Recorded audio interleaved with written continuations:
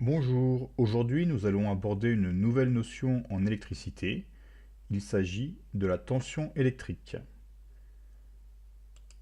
Ce mot de tension électrique, vous l'avez déjà entendu. On parle par exemple des lignes à haute tension, ou on peut parler de la tension du secteur, qui est la tension délivrée par les prises de courant électrique. La notion de tension n'est pas toujours simple à aborder au début de classe de quatrième. Nous allons étudier quelques valeurs que vous avez peut-être déjà rencontrées. Ainsi, la tension du générateur peut se régler sur 6 volts ou 12 volts. L'effet produit n'est pas le même.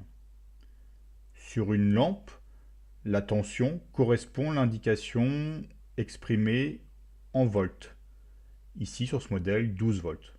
On remarquera au passage que la puissance en watts est indiquée aussi ici.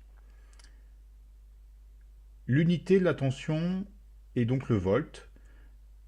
On a choisi ce nom en hommage à Alessandro Volta, un scientifique italien qui a vécu entre le XVIIIe et le XIXe siècle. Alessandro Volta est l'inventeur de la première pile électrique. À partir des travaux de Galvani, il crée sa pile en empilant une succession de disques de deux métaux différents, séparés par un coton humide. La lettre T étant déjà utilisée pour désigner le temps et la température, on utilise la lettre U pour désigner la tension. La lettre V est réservée pour l'unité, le volt. Une tension se notera donc de la façon U égale 12 volts. Un dernier mot sur les unités. L'unité principale est le volt. Un multiple du volt est par exemple kilovolt.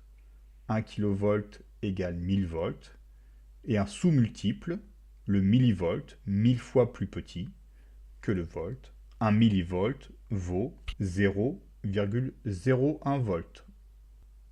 Cette rapide présentation de la tension est désormais terminée. Il ne te reste plus qu'à répondre aux différentes activités proposées. Par la suite, nous apprendrons à mesurer une tension à l'aide d'instruments de mesure. Bon courage!